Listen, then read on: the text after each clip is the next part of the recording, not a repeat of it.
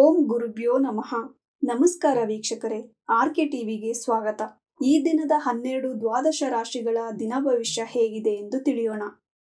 2-4-2025 ಬುಧವಾರ, ಪಂಚಮಿ, ರೋಹಿಣಿ ನಕ್ಷತ್ರ, ಆಯುಷ್ಮಾನ್ ಯೋಗ, ಭವಕರಣ.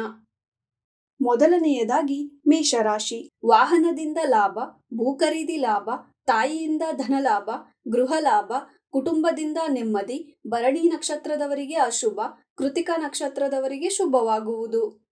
ವೃಷಭ ರಾಶಿ. ಒಡ ಹುಟ್ಟಿದವರ ಬಗ್ಗೆ ಚಿಂತೆ, ಮನೆಯವರಿಗಾಗಿ ಪ್ರಯಾಣ, ವ್ಯಾಪಾರದಲ್ಲಿ ಧನಲಾಭ, ಕೊಂಚ ಮಾನಸಿಕ ಕಿರಿಕಿರಿ ಆಗುವುದು.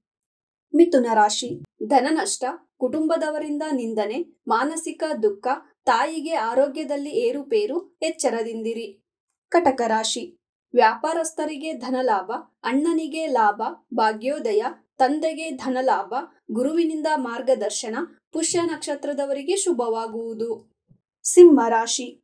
ಉದ್ಯೋಗದಲ್ಲಿ ಕಿರಿಕಿರಿ, ಮೇಲಾಧಿಕಾರಿಯಿಂದ ತೊಂದರೆ, ಸರ್ಕಾರದಿಂದ ದಂಡ, ಮಾನಸಿಕ ಚಿಂತೆ, ಪುಬ್ಬ ನಕ್ಷತ್ರದವರಿಗೆ ಅಶುಭ, ಉತ್ತರ ನಕ್ಷತ್ರದವರಿಗೆ ಶುಭವಾಗುವುದು. ಕನ್ಯಾ ರಾಶಿ. ತಂದೆಗೆ ಧನಲಾಭ, ಸ್ನೇಹಿತರಿಂದ ಸಹಾಯ, ನಿಮ್ಮ ಆಸೆ ಹಾಗೂ ಮನೋಕಾಮನೆಗಳು ಪೂರ್ಣಗೊಳ್ಳಲಿದೆ, ಸಂಗಾತಿಯಿಂದ ಕಿರಿಕಿರಿ ಆಗುವುದು. ತುಲಾ ರಾಶಿ. ಉದ್ಯೋಗದಲ್ಲಿ ತೊಂದರೆ, ಮಾನಸಿಕ ದುಃಖ, ತಾಯಿಯಿಂದ ನಿಂದನೆ, ಮನೆಯಲ್ಲಿ ಅಶಾಂತಿ, ವಿದ್ಯಾರ್ಥಿಗಳಿಗೆ ಶುಭವಾಗುವುದು. ವೃಶ್ಚಿಕ ರಾಶಿ. ತಂದೆಗೆ ಪಾಲುಗಾರಿಕೆಯಲ್ಲಿ ಲಾಭ, ಸಂಗಾತಿಯಿಂದ ಸಹಾಯ, ಮನೆಯವರಿಂದ ಸಹಾಯ, ವಾಹನ ಲಾಭ, ಅನುರಾಧ ನಕ್ಷತ್ರದವರಿಗೆ ಶುಭವಾಗುವುದು.